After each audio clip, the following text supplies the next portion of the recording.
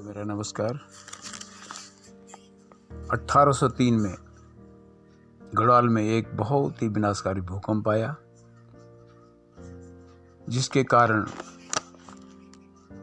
गढ़वाल की आर्थिक और भौगोलिक स्थिति बहुत ही बिगड़ चुकी थी। इसी समय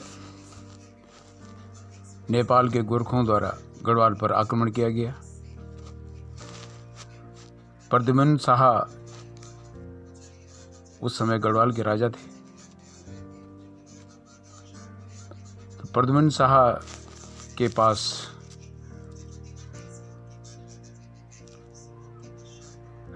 काफ़ी सेना थी, किंतु वे सभी तलवारों से सुसज्जित थे। किंतु गोरखों के पास 400 गोरखों के पास तो बंदूकें ही थी, जिसके कारण देहरादून में खुदबड़ा नामक स्थान पर गोरखों और गढ़वाल के राजा प्रद्युम्न शाह के बीच निर्णायक युद्ध हुआ, जिसमें प्रद्युम्न शाह को गोली लगी और उनका देहांत हो गया। उनके पुत्र सुदर्शन शाह उस समय छोटे थे। उनका लालन पालन हरिद्वार में किसी स्थान पर हुआ। उसके बाद 1816 में उन्होंने अंग्रेजों से मदद मांगी कि गोरखों को गढ़वाल से भगवा दिया जाए। उन्होंने अंग्रेजों से सहायता मांगी। अंग्रेजों ने शर्तें लगा दी कि आपको इतने पैसे देने पड़ेंगे, अन्यथा आपको आधा गढ़वाल देना पड़ेगा। प्रद्युम्न शाह ने वो शर्त स्वीकार की और उसके बाद गोरखों के साथ भयंकर युद्ध हुआ, जिसमें गोरखों की हार हुई और वे अपने नेपाल चले गए। अब सुदर्शन शाह के पास पैसे थे नहीं। उन्होंने आधा गढ़वाल, यानी कि जो पौड़ी गढ़वाल है, पूरा नदी पार, गंगा नदी पार अंग्रेजों को दे दिया और टेहरी में अपने राजधानी ढूंढने के लिए उन्होंने टेहरी नामक स्थान पर उन्होंने घंटाघर और राजमहल बनवाए। और इस प्रकार मात्र गढ़वाल का राजा अब टेहरी तक सीमित हो गए। 1815 में गढ़वाल की जो भूमि है, गढ़वाल और कुमाऊं की जो भूमि है, उसका भूमि का बंदोबस्त सर्वप्रथम एडवर्ड गार्डनर ने किया था। वो पहले कुमाऊं में था, उसके बाद 1816 में वह पौड़ी का कमिश्नर बना और उसने गढ़वाल की भूमि का बंदोबस्त किया और उसने 18 परगनों में पहले बांटा और वहाँ पर पटवारी रखे गए। तत्पश्चात बैकेट नामक एक अंग्रेज ने पहली बार 1856 में गांवों की खेती की नाप कराई।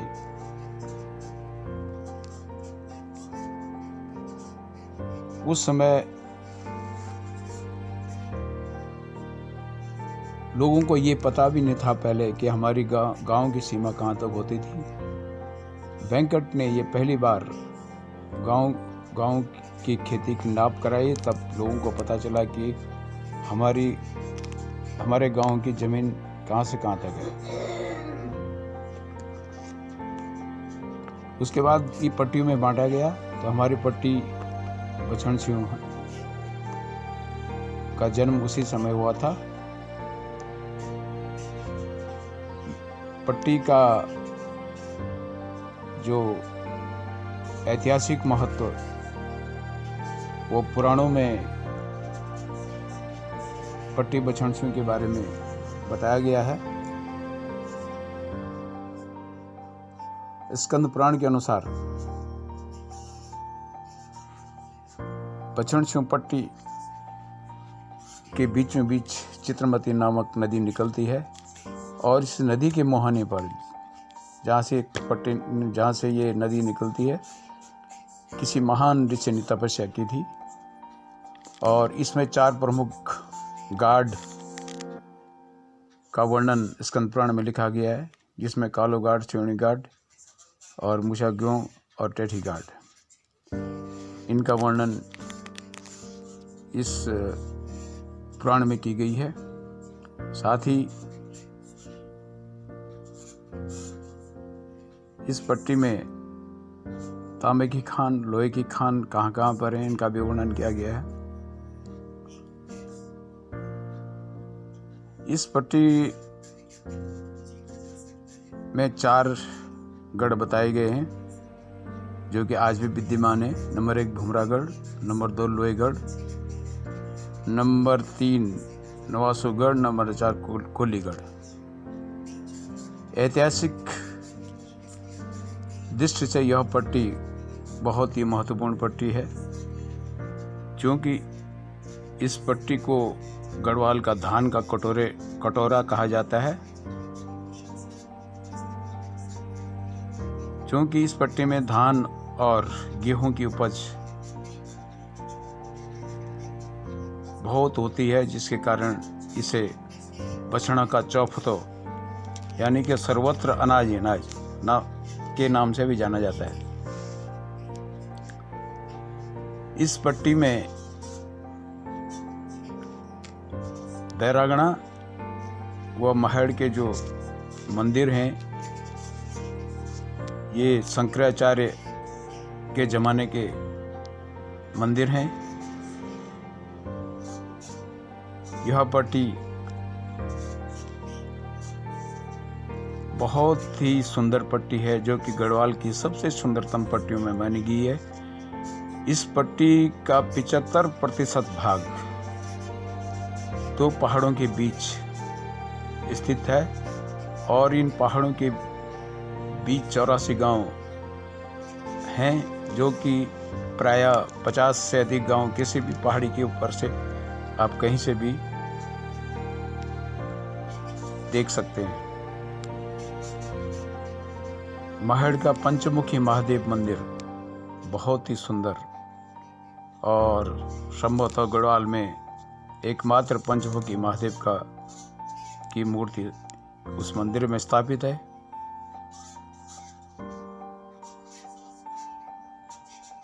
इस पट्टी में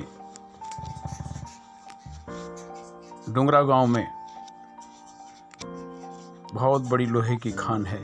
इस खान का लोहा इतना फेमस था, इतना प्रसिद्ध था कि मध्यकाल में, मुगल काल में इस पचनछू के लोहे की तलवारें बनती थी और दिल्ली दरबार तक इनकी पहुंच थी। यह लोहा बहुत ही विश्व प्रसिद्ध था। इसी लोहे से कुतुब मीनार के पास जो लाट है,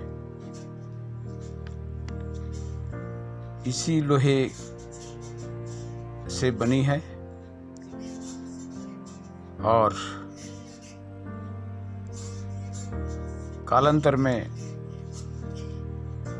जब लोग लोहा निकाल रहे थे तो ऊपर से पहाड़ टूट गया, जिसके कारण बहुत सारे लोग उस खान में अंदर दब गए। उसके बाद ये प्रायः यह खान बंद रही। दानकोट गांव में तांबे की खान है। दानकोट गांव में पुराना दानकोट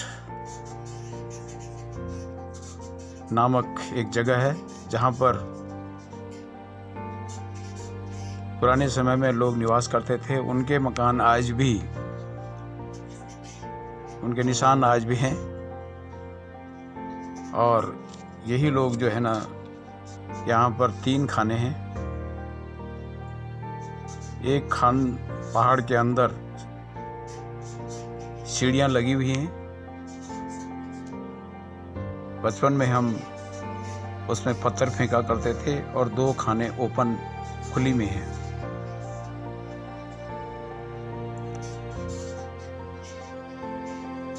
इसी प्रकार इस पट्टी में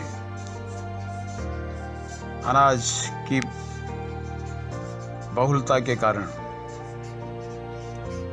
इस पट्टी में 4 गढ़ स्थापित थे। नंबर 1 भुमरागढ़, जो कि खांगरा के पास है। लोहेगढ़, जो कि लोहेगढ़ गांव के ऊपर है। और नवासू गांव के पास नवासूगढ़ और कोलीगढ़। कोलीगढ़ में जंगल के ऊपर गढ़ बना हुआ है और यह बहुत ही प्राचीन गढ़ है, क्योंकि सर्वप्रथम कोल्ला रौतों का वर्चस्व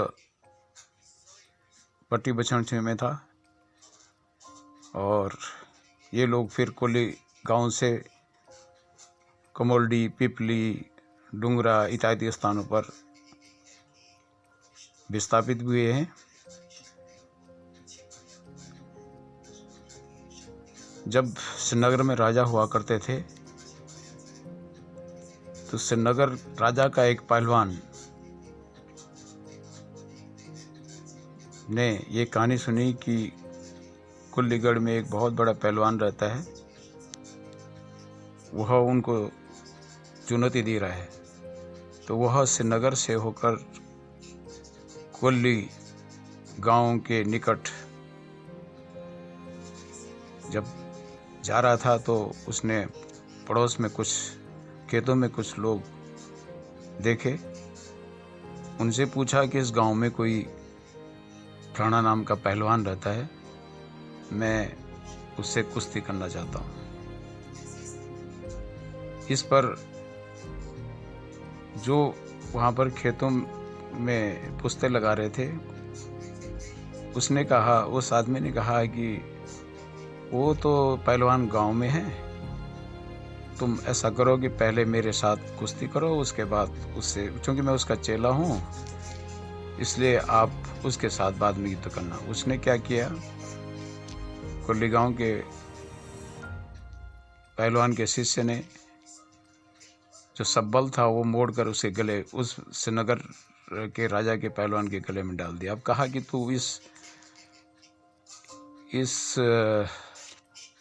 सब्बल को मोड़ करके इसको बाहर निकाल दे, कहा तो तभी तुम मुझसे लड़ाई कर सकते हो, युद्ध कर सकते हो। राजा के पहलवान ने कई कोशिश की, किंतु उसने जो सब्बल उसे गले में मोड़ रखा था वह उसको निकालने असमर्थ रहा और वह वापस श्रीनगर राजदरबार में लौट आया। बछाणछू अपने प्राकृतिक सौंदर्य के लिए गढ़वाल में सबसे प्रसिद्ध है, क्योंकि यह 2 पहाड़ों के बीच, सारी पट्टी 75% 2 पहाड़ों के बीच स्थित है, जिसके कारण इसका सौंदर्य सभी को अभिभूत कर देता है।